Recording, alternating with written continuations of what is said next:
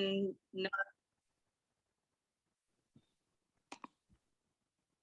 had 109 register, and we're getting to half that number. So I guess we will get started. So hello, everyone, and welcome to the NYC Builds Bio Member Spotlight and Networking event. I want to introduce my co-chair, Mitch Simpler, who will also welcome everyone. Mitch. Well, good afternoon, everybody, and welcome to this installment of Meet our sponsors and members. But more importantly, it's a real pleasure to be with Boston Properties. They have been a major leader in development in New York City, and we know that they have a national practice in life sciences, and I'm anxious to hear their vision for New York City and the Northeast in general. So with that, I turn it back to Nancy, and let's get on with the show.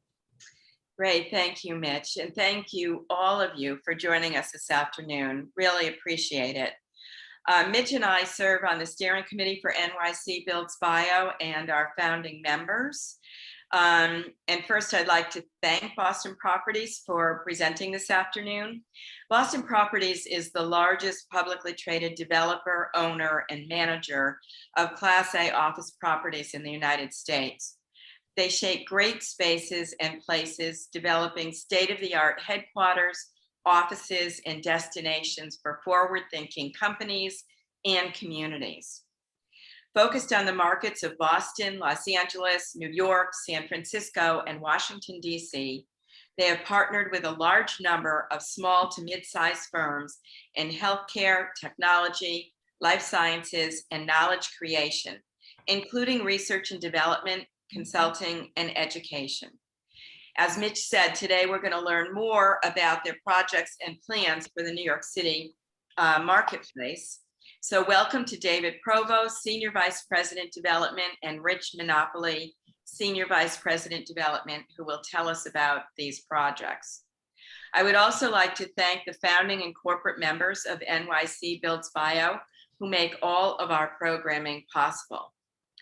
This event is part of an ongoing series of online events hosted by our organization. You can view upcoming events on the events page of the NYC Builds Bio website, and we hope that you will register for future monthly webinars to be announced, as well as our ongoing member spotlight and networking series.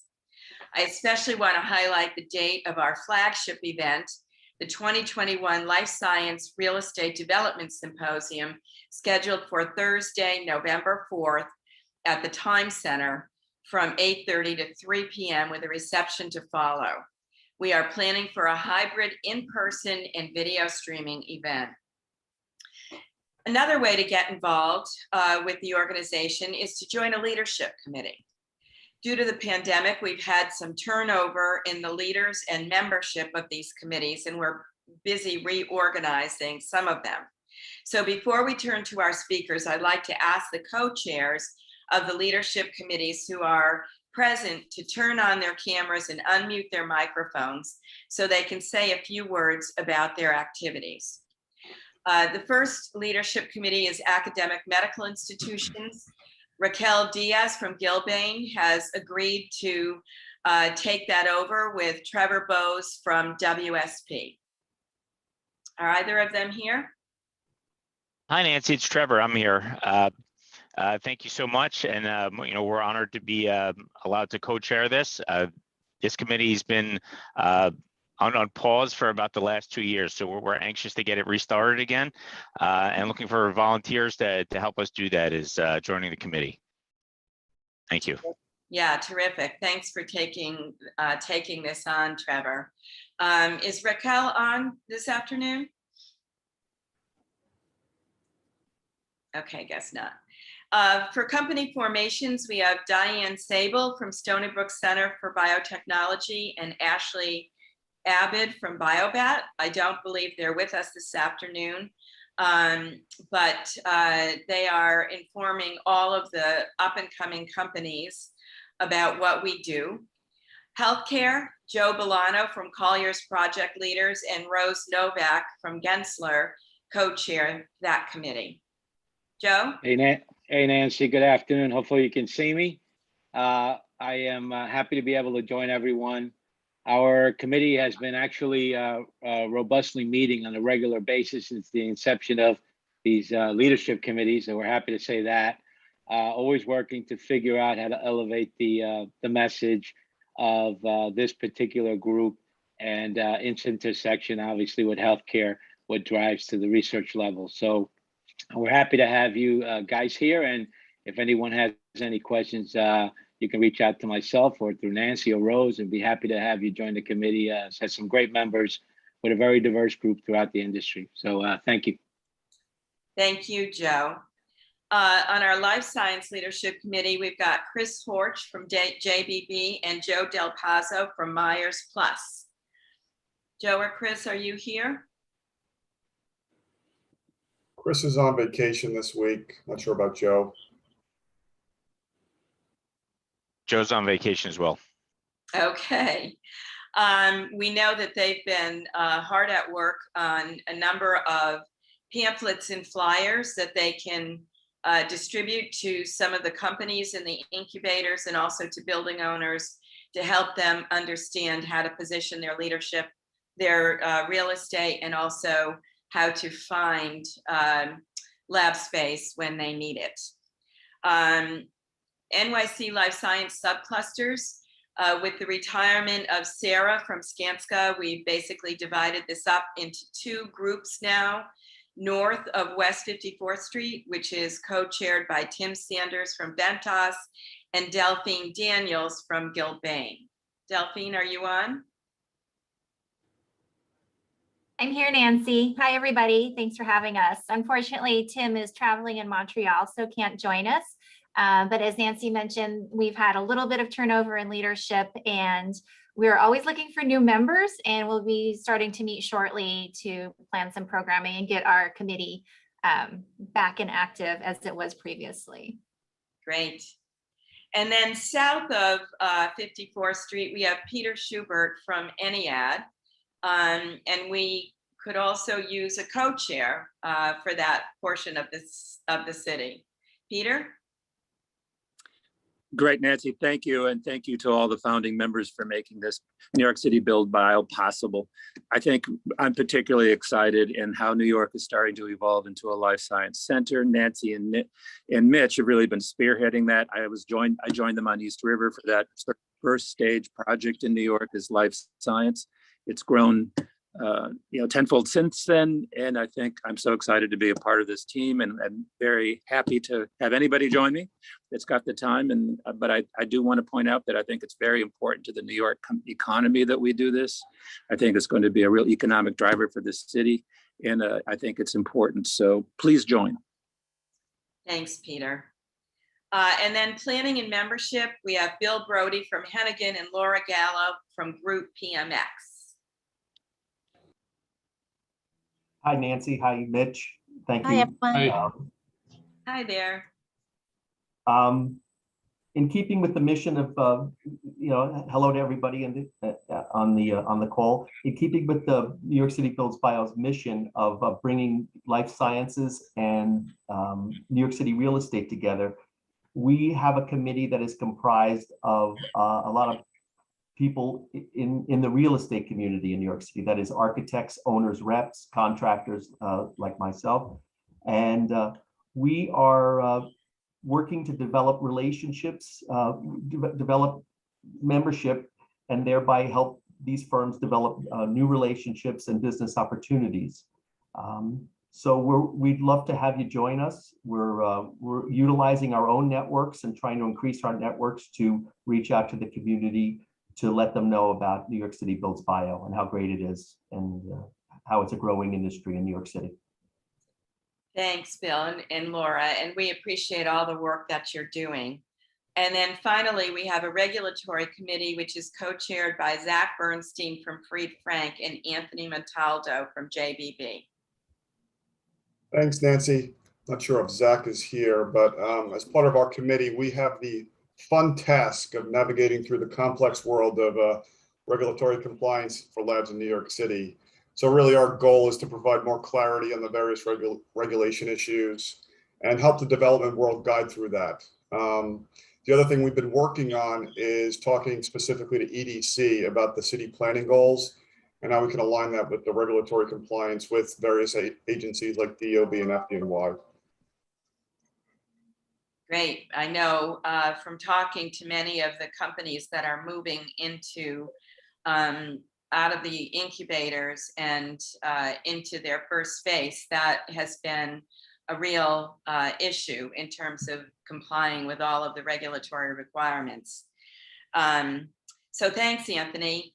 And all of you if you would like to participate on a leadership committee, I would encourage you to contact any of the co-chairs or myself or Mitch and sign up and get involved. Just before we go to the main program, if anyone's having technical difficulties accessing the Zoom room or anything else, just email info@nycbuildsbio or send a notice through the chat button at the bottom of your screen. Since most of you are participating in listening only mode, please submit your questions via the chat button on the bottom of your screen, and we will also open it up for discussion and Q&A at the end of the program and address as many of your questions as possible.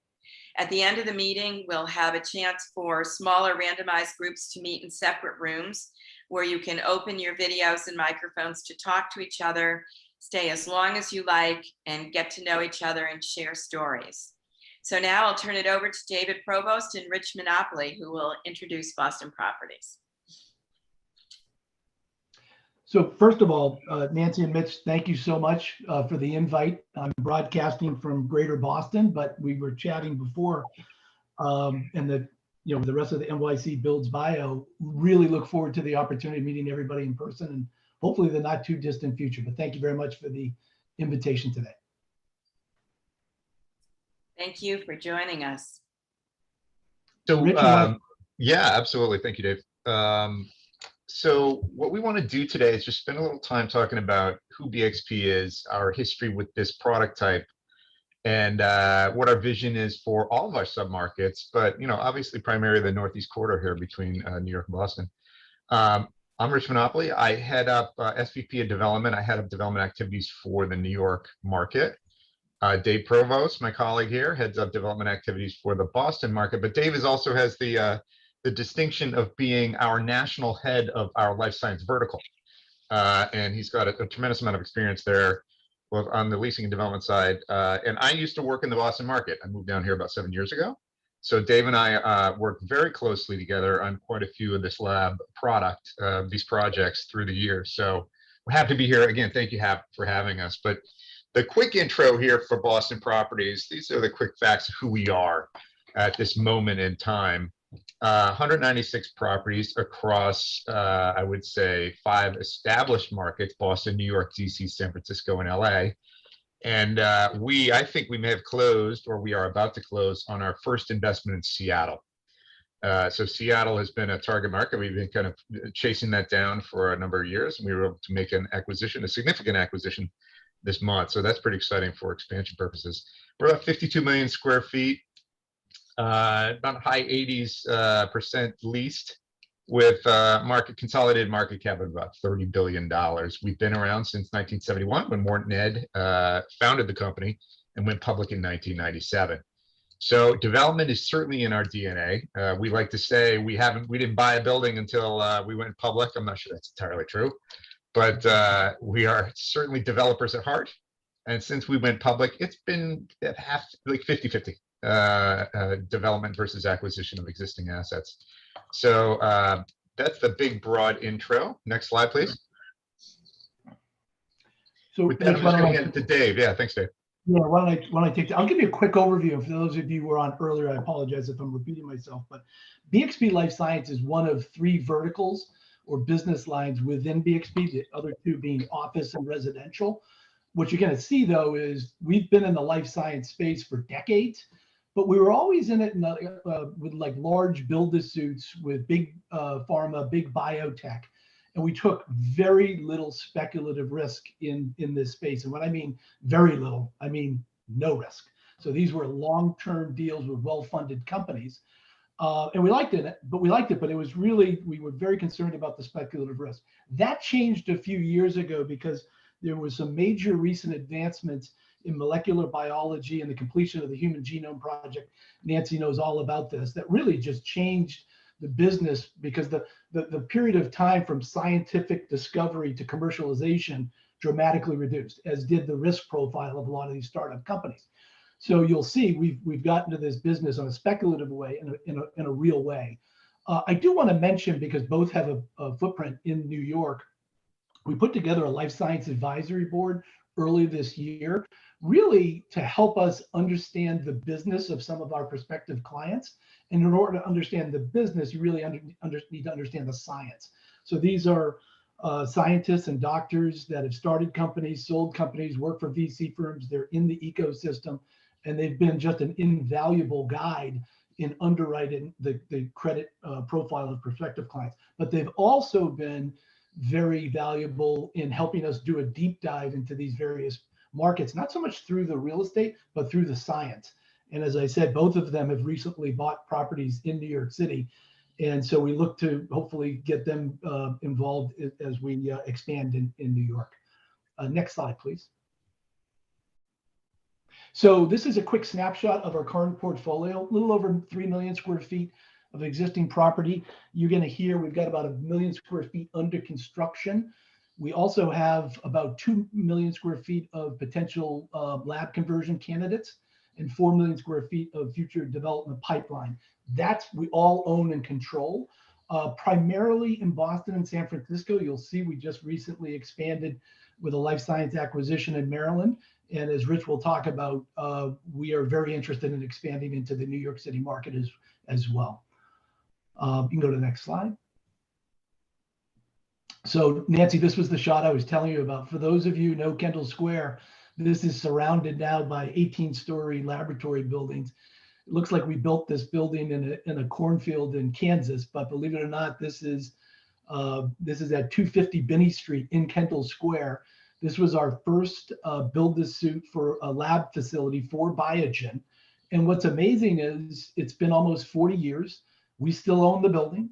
Biogen still leases the building for us. It's been many things for them. It started as a scientific research laboratory. We built them another lab, they actually converted it to office, and then they converted it back to lab. What's interesting is maybe 7 years ago, they converted it to biomanufacturing, but they've made the decision to move that out to the suburbs. So we have the opportunity to get this building back in the first time in 40 years. But that was the beginning of our life science journey. And next slide, please. Hey, Rich, do you want to take this since you were the project manager for Broad? Yeah, sure thing. So we had the honor of collaborating with Dr. Eric Lander at the inception of the Broad Institute when he was spinning out of the Whitehead Institute in collaboration with MIT and Harvard. And it was a really kind of a fruitful collaboration with the development of phase 1, delivered in 2006, and his tremendous ability to raise funding and really spearhead kind of groundbreaking research led to a need for more space. So this is what you're seeing here is the topping off of the Broad Institute phase 2, which I spent many hours of my life designing, delivering.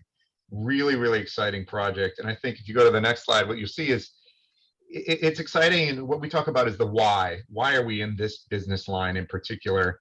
And what Eric Lander described, and it's absolutely true, is that when we deliver this product, it is really a medical instrument for us to kind of advance scientific research and solve a lot of the world's health issues. So he gave a really rousing speech at the topping off.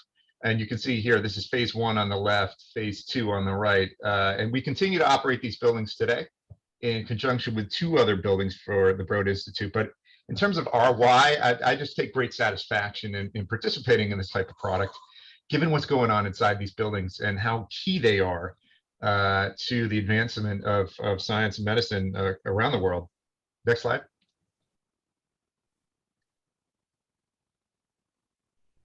So this is what we do. We create space and place for scientific discovery. And it's really interesting. We're in discussions with a client that we moved into 80,000 square feet in Lexington. We're looking to build them a 250,000 square foot building. And we were going over the design of it and whatnot, and kind of, consistent with what Dr. Lander said, their CEO said, don't think of it as a building. Think of it as a medical device that's going to help us advance our scientific discovery, because when you do that, you think through a different lens. And listen, we're all in development. There are times where you need to value engineer. We need to be really careful about what gets value engineered, because they're doing really important work. And by definition, what they're doing is to improve, to extend, and to save lives, which is pretty cool to be part of it. At the bottom here, we've noticed in Greater Boston, there's two types of real estate owners. We just talked about Biogen, a 40-year partnership.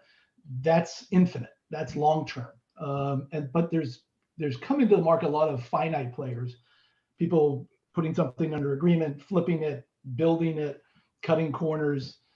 And we've seen a number of prospective clients come out of some of those buildings. So I know that you have a lot of long-term players down here. I think it's important that we really promote that. That's so important. That was our first deal with Biogen. We've done probably 47 leases with them, but we built 10 buildings for them. Those are the relationships we want. Nurturing clusters. We believe in clusters, inch wide, mile deep. What you'll see is as this cluster grows, the science can't wait. And you need to, if you're talking to somebody looking for 50,000 square feet, you better be able to explain how you're going to get them to 150,000 square feet and 200,000 square feet in a reasonable and rational manner, because they need to grow. And so we think by having a lot of buildings in the same cluster, that helps. And I think nurturing the clusters as well, being more like a gardener and less like a Saudi oil prince, where you're listening. People always say, oh, the lab buildings, they don't need amenities.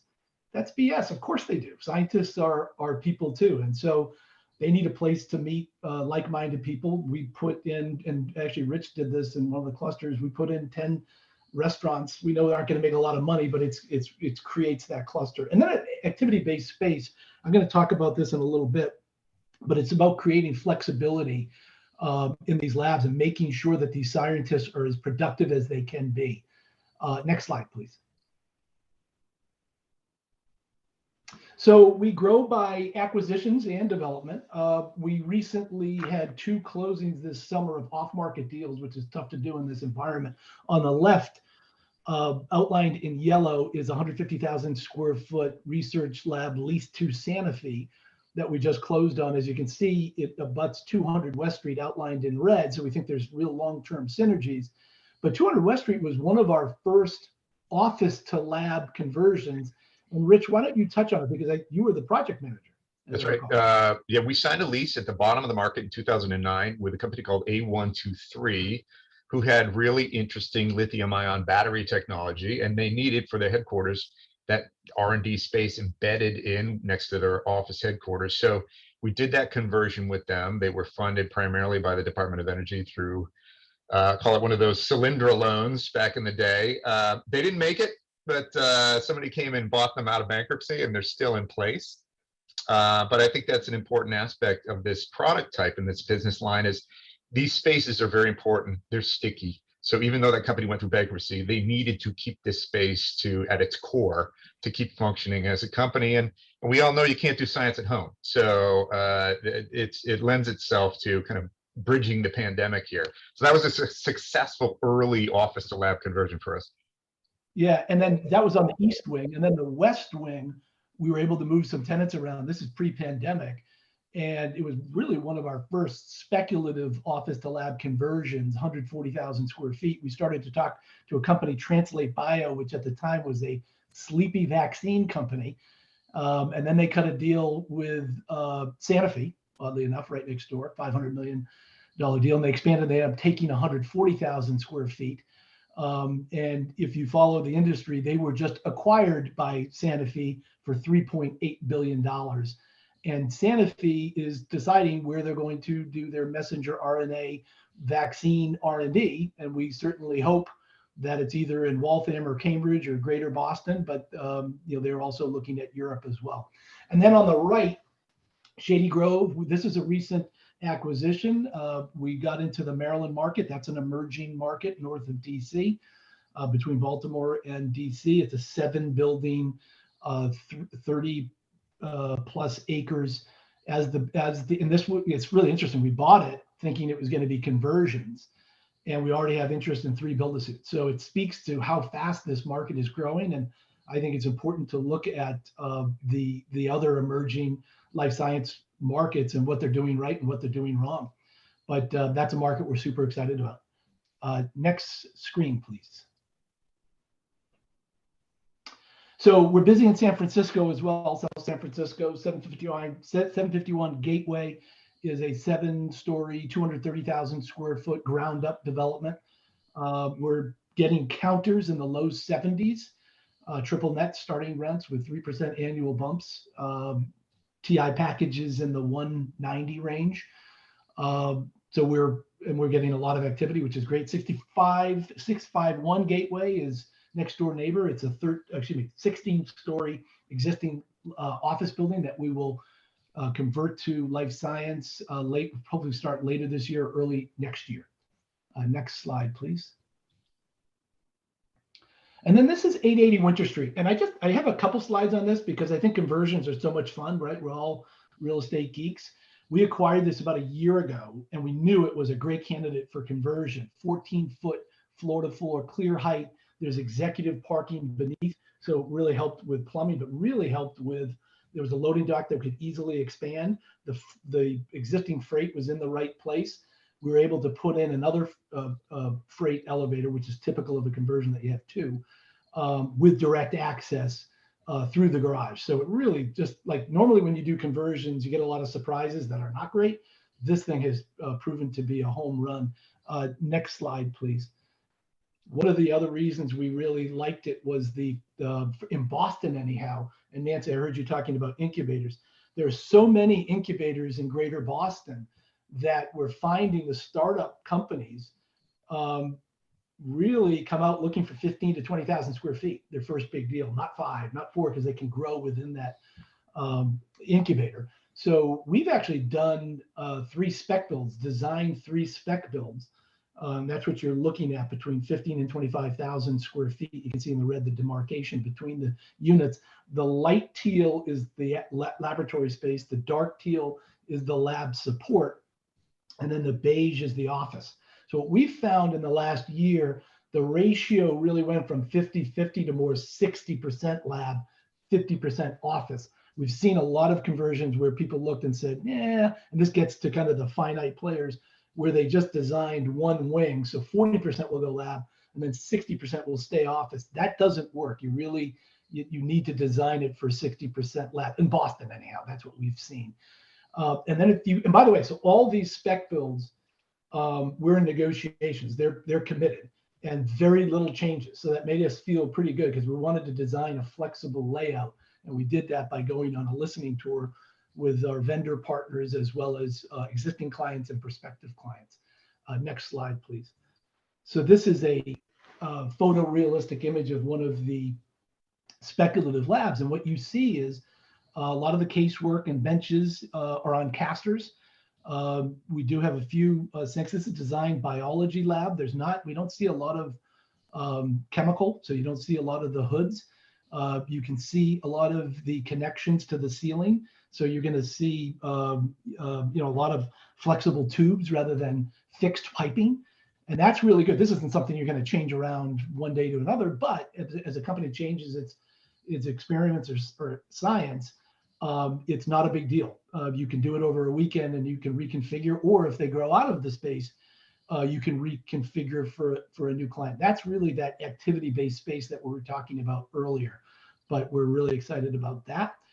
Next slide, please. This is another project we just broke ground on, 180 City Point. Rich took this through permitting and entitlement. It's 6 stories, 330,000 square feet. It was very easy to shift our plans. We got a little more clear height in there, but this is ground up, purpose-built scientific research laboratory that will be delivered in 3Q23. Next slide, please. Completely on a speculative basis, right, Dave? We don't have a commitment. I should have mentioned that. everything that those 4 projects are all 100% speculative. And this is the thing, if you're going to get in this business, science cannot wait. The idea of, now maybe if you're doing big pharma or big bio, maybe somebody will make a commitment 3 years in advance. We didn't see at 200 West Street, we didn't get our first tours till we were within 6 months of delivering the project, and then we were oversubscribed. That's changed a little bit. 880 Winter Street, we're pretty close to being fully committed, and we're a year out. 180 City Point, because it's so far out, the only active prospects we have now are existing clients that we can grow them in their existing building, but they want to know what the next move is going to be. And then I just show you this photorealistic image of 252 Binney, because it's full circle from the first slide I showed you. The building on the left sits on the site of 250 Binney. I mentioned Biogen is going to give the building back to us. So knowing that, we went back through a rezoning and upzoning, and we got 1 million square feet. We were granted 1 million square feet of development rights in Kendall Square, which is almost unheard of. We're really excited about it. We hope to be in a position, we're still finishing up the permitting, to break ground in 2Q, 3Q 22 and deliver sometime in 25. But really excited about that as well. Next slide, please. So I'm going to hand it over to Rich, but before I do, I just thought it would be helpful just to give some perspective. I'm sure people are aware of this, but this is a slide illustrating the nation's top life science clusters. The size of the ball or circle indicates the size of supply. As you can see, Boston and San Francisco are the largest markets by size. And both of them, Jake and I just did a study, I'd say will grow by 25 to 30% over the next 3 years, most of it on a speculative basis. We talked about DC. We're looking to expand into Los Angeles as well as San Diego and Seattle. And very much interested that Rich is going to talk about in New York and New Jersey. And look at the size of New Jersey. Now, geographically, that's a whole state, but it also speaks to big pharma and big biotech. And then you see New York as an emerging market. I think it's grown since we put this slide together, but it's helpful sometimes just to see the other top clusters in the country. Next slide, please. Thanks, Dave. So by way of background, when I moved down here, obviously had a life science, had history with life science in the Boston region. And we were monitoring from 2015 on kind of the status of the market here, the kind of breathing, coming to life of this emerging market.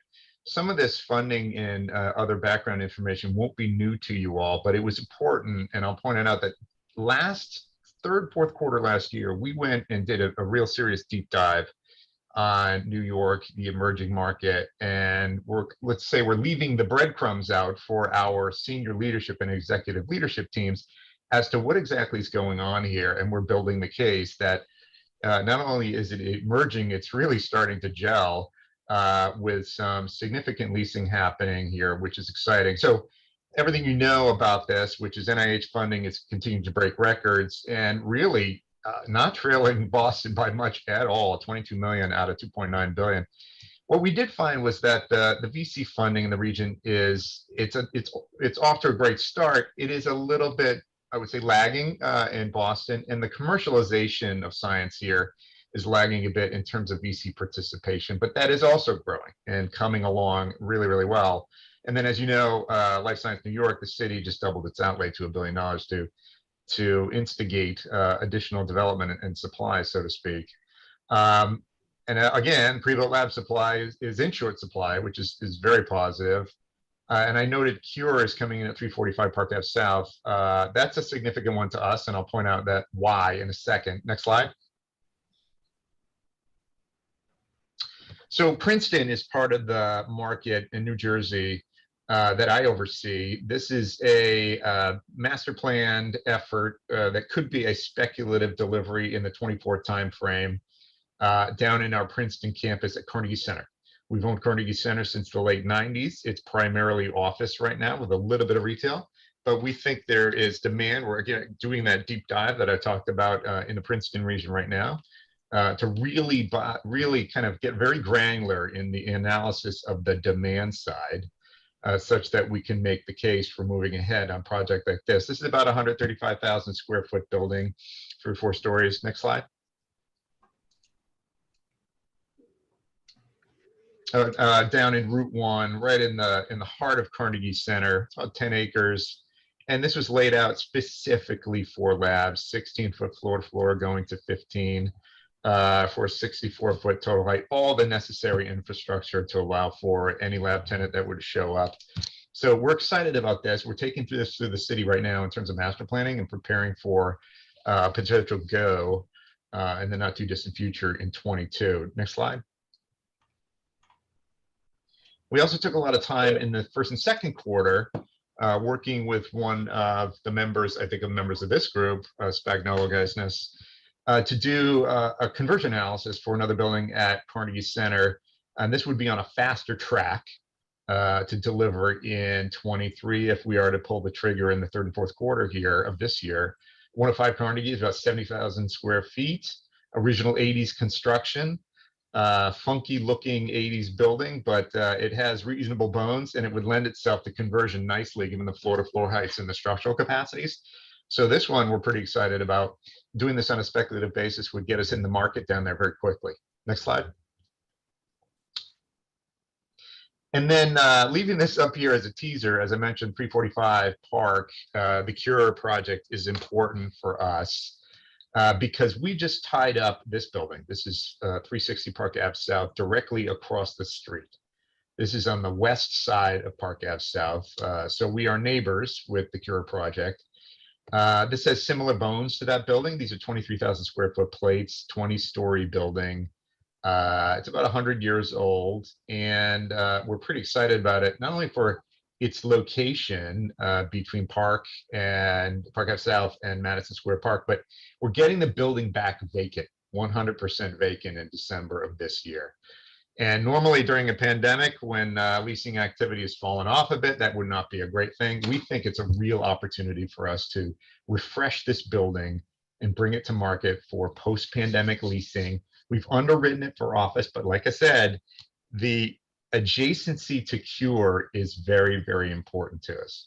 I had the opportunity to tour the Cure building about 2 weeks ago, and what they're doing there is very, very exciting for the life science community. They're trying to build both a profit and nonprofit incubator hub with educational activities and so on and so forth. And I think, Nancy, you're going to have an event there soon. Yes. Which is great. So we see that adjacency for this acquisition. Again, we don't close until December. That adjacency is going to be very important to us. How that manifests itself in terms of leasing, not 100% sure yet, but we want to make sure that we're prepared, if necessary, to get some of the Cure spillover, so to speak, for tenants that may be kicking around that market. And who knows, we may be participating with them and creating our own cluster here around Madison Square Park. But we think this is a very positive and flexible investment for us looking in the future. Next slide. So Rich, just on that point for a minute, can we just pause there for 1 second? Yeah, please. So the Cure, Deerfield is doing a lot of research alliances with major universities around the country. And, they're putting in anywhere from $50 to $125 million per university. And they're working with researchers on pre-competitive research, essentially, which, is before the stage of commercialization. And obviously the reason they're doing that is to look at things that are really interesting early, get control of them, move these experiments or operations to the Cure, and then provide operational and financial support to help them grow so that they actually become startups at some point, right? So when thinking about 360 Park Avenue South, that's going to take since this is pre-competitive research, it's going to take a while for those things to develop. And how does that factor into the way you're looking at this new building in terms of the opportunity and potential? So, great question. One of the things I found fascinating about what they're doing is, he's prepared all of that space for lab. Any inch of that space could potentially be lab, and that's a really significant investment. I think, and I don't want to speak out of turn, but I think Deerfield is looking at that not as a standalone real estate investment. That's more, it's say a 80% venture cap and 20% real estate. He wants the adjacency. He wants to see what's happening in the science world. He wants the opportunity to incubate and make those investments. I think what we have to do, if we want to participate in spillover or people that want to be adjacent to that facility, we have to think for and plan for flexibility into the future, whether that be upsizing chillers. Mitch can jump in, talk about flexibility, upsizing chillers so we have incremental cooling capacity. What's nice about these floor plates, we have some incremental shaft space that's available to us. Outdoor air is available on every floor on the south side.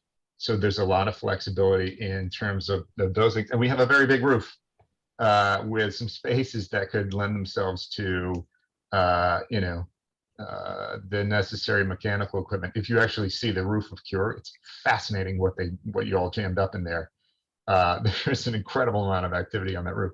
So I think we need to be thoughtful in planning and design such that we don't preclude the opportunity to do lab space either in first gen or second gen leasing. That's the answer. And that takes thoughtful engineering by guys like Mitch to help us think that through now. Right. Okay, thank you. So do we have another slide or is that it, Jake? That's it on the slide deck. So anyway, we really want to thank you for inviting us. Again, we are new members to this group. I think, when did we join? First quarter or fourth quarter last year? So we're excited to be here. We're excited to start dovetailing in. But happy to answer any questions right now. And we're going to lose Dave in 14 minutes. So I want to make sure Dave has the chance to answer questions as well. So I really want to commend you because you are the first real estate developers that I've heard talk about this industry as driven by the science.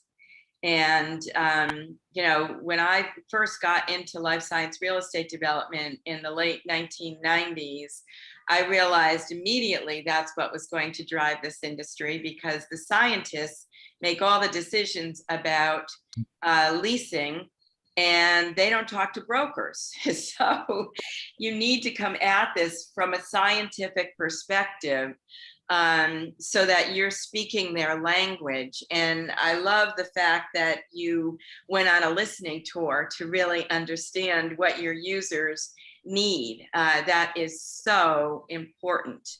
And I think it's probably one of the things that's made you stand out in the market. So congratulations on that approach. Hey, Dave, just to follow up on that, can you give your code breaker book recommendation and why that book is so important? Oh, I mean, I don't know if I'm trying to think if I have it right there, because I think it's Walter Isaacson. Yeah, that's right. Wrote a book called Code that involved Dr. Eric Landers and the Human Genome Project. But for me, it was great. I don't have a scientific background, but it was just absolutely incredible to talk about the clusters of Jennifer, I pronounce her name right, out of UCal Berkeley, Duda, I believe it's. Doudna, yeah. Duda. For everybody, one, it's a fantastic book, but it talks about this quest for knowledge and the competitive of it, but also the pursuit of scientific discovery to improve, extend, and save lives. And it's pretty cool, even just to be involved in that a little bit. But I would strongly urge everybody to read it. It's a quick read, and it's very well written. And it's by Walter Isaacson, who also wrote the Steve Jobs book. Yeah. The takeaway from that. Oh, sorry, Nancy, go ahead. Go ahead. I was just going to say, I highly recommend it too. I just finished it. But with the takeaway from that, Dave inspired me with some words of wisdom. If you can imagine where we are now in terms of biotechnology, life sciences, we are at the beginning of a 30 to 40 to 50-year run of innovation and growth. This is where Steve Jobs and Woz they were in the garage, you know, trying to crank out their first Apple computer in the early 80s. That's where we are in terms of life sciences. This is only going to grow and only going to get more important to everybody, you know, in our lives and in our business. So we're really excited to be a part of it at the onset. It's really exciting. It's an exciting time. Yeah, so we've got a question here. What is the anticipated rent range for the New York City Park Avenue lab property? We anticipate, if that's pure office, we could absolutely see rents with a high 8 gross in front of it to low triple digits gross in front of it on the office front. And I know from some recent comps that there are some moderate triple digit net rents happening in that submarket across the street on the life science basis. So in other words, you got to be in the 120, 130 net to justify life sciences, and the office market is that color 90, 98 average, plus or minus gross. So those are the two relative comps. And if you all know that we're seeing triple net comps in Long Island City in that high 70s, low 80s range. So there's, you know, there are certainly different price points based on those locations and the underlying basis in the land and the investment. So those are the relative pricing right now. Great. You know, you talked about why programming is so important in your buildings. And I think this is another thing that it's important for a building owner or developer to understand, is that you're not just making the investment to upgrade mechanicals and make sure that the building has the characteristics it needs to house science, but you also need to have the programming to bring people together and create a functioning community. So what kind of programming do you do in your buildings? And is it different from place to place? And how do you decide what it will be? Dave, you want to start? Yeah, it is. But when you read Codebreakers, you'll be surprised by how many discoveries where somebody just meeting for coffee. Oh, I haven't seen you in so long. What are you up to? And so those impromptu, unscheduled meetings were critical, were absolutely critical. So giving places, and I'll tell you another quick story. We're expanding one of these buildings because we've got a client that's growing, and it's a small building, and we're trying to say, does it justify having a little coffee shop in it? And he was like, Dave, do you know how hard curing a disease is? It's mind-numbing, because you fail. And they said, our mid-level scientists, they have families, they have, you know, they're sacrificing. When they get to work, let them, you know, don't make them get in their car and go drive half an hour and get yelled at by somebody from Taco Bell. Have food, have wellness. Maybe they want to different. In urban, we talk to our clients, what kind of food offerings do they want? We did that pre-pandemic. We kept all the restaurants in business. What's really interesting, at the base of our Google Build-A-Suit, 500,000 square feet that will deliver next year, one of the scientists said, hey, this is great. You have some chains, you have some you know, local celebrity chefs, you have quick serve, that's great. Why not have an opportunity in a food hall where food entrepreneurs may not typically have this opportunity? Maybe they're from a neighborhood that I never would go to. So Biogen, Google, and we're talking to another client, are going to help fund it. There's not going to be any rent. It's going to be commissary supported. We'll build the commissary out. And we're going to and Google also said, we're going to help them from a business perspective. But Biogen loved this idea of just having diversity of food, diversity of ideas, diversity of people. So I think that's something you can do in an urban environment. We're excited about that. And then in the suburban, you can't look at it through rent, because, you know, a lot of these people can't pay the rent. It's mostly food offerings. as well as gathering, giving them an opportunity to bring 50, 60, 70 people together. They don't want to have to recreate that in their space, and then curating it and just listening. What, would you like to have some food trucks and a band on Friday afternoon? We were surprised how social a lot of these companies were, and they like each other. They want to bounce into each other. They'll even say, hey, we've got a competitive company that's looking for space. We wouldn't mind having them in the neighborhood. I just think that's pretty easy. So a lot of it is just listening, and then providing them what makes them more productive so they don't have to get in a car and drive a half an hour to get a sandwich. Yeah, that's a great description about it.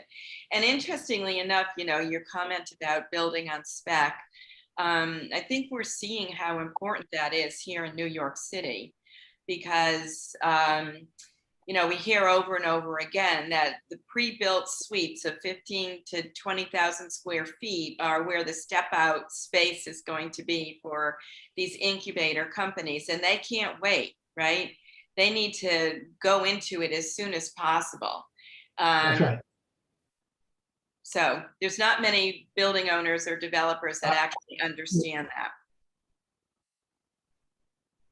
Well, Nancy, it's a great point, because our life advisory board was great, because again, I'm an optimist. I think, making it easy to buy from, building these speculative labs, but it's not without risk.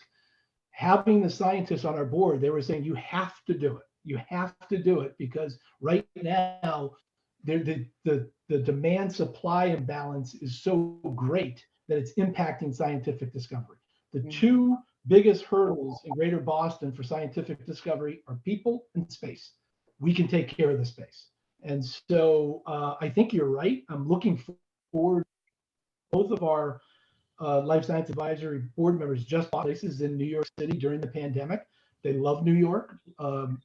They were surprised there wasn't more VC dollars, and they're just intellectually curious, and they're going to look into that. And I'm really looking forward to their insights. But it's, the NIH dollars are great. The VC dollars drive this business. The biggest lead indicator of future tenant demand is VC. So, we look forward to kind of getting to know everybody in that ecosystem and what we can do on a speculative basis. Yeah, and then finally, I was interested to see your breakouts of the various markets across the country. And one of the things that's becoming increasingly clear as I do research into the different markets is that for New York, New Jersey, the metric is not necessarily New York City and New Jersey. If you look at the greater New York metropolitan area, which includes Southern Connecticut, New Jersey, Jersey City, Newark, for example, you're talking about one of the largest life science clusters in the country when you define it that way. And when you look at the resources that are located within those geographic locations, other clusters pale by comparison. And I'm just wondering, have you ever done the analysis that way, or what do you think about that? We've done it. We've looked at it. Go ahead, Dave. Sorry. Well, I was just going to say, Rich and his team started a deep dive. And again, our deep dives are set up to look through the science, not the real estate, right? And we talked about this before, Nancy, right? And Jake Sparkman, who just joined us out of Stanford Business School, that's one of his first projects, is to work with our life science advisory board to really understand the ecosystem through scientific talent, scientific discovery, all of those things, and then finish with the estate. But Rich, that's something we're actively working on, and I don't know if you want to add to that, Rich. And we did when we canvassed and got a little more granular with where those where that activity is. There are local success stories in Westchester, Regeneron, right? And some other, a lot of activity in Connecticut as well. What we've been most successful, even as an office investor, is the best submarkets at the best corner in the best markets for long-term durability and long-term ability to lease. Even now, we're seeing it on the office side in a downturn, flight to quality. So I think, the aspects of the access to talent and the ecosystem, large nature of the ecosystem. From a fundamental basis, we love being at that great corner as it pertains to office or life science. So we will not, I don't think we'll have kind of a sprawling reach, so to speak. We'll be a little more targeted about it when we make that first investment here. But even that is a difficult issue. Like where's the cluster forming? What's happening in Long Island City? What's happening on the west side? So we're watching all that closely to make sure we can participate in the right submarket for us. And I can assure you, when we go in, we're going to nurture that cluster, right? Because that's where you get infinity, finite. We have an infinite view of whatever cluster we choose to go to. So we're going to make sure we nurture it and we listen to the scientists. And how do we make that cluster grow? They like to be around like-minded people. And that could be everything from transportation infrastructure to amenities to more residential development. It can be a lot of different things, but we're looking forward to diving in on that. Great. Are there any other questions before we break up into discussion sections?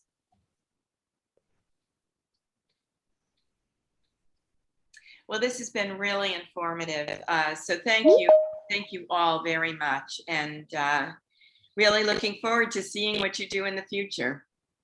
Thank you, Nancy. As are we. Thank you both. Thanks, And Mitch. Jake, thank you.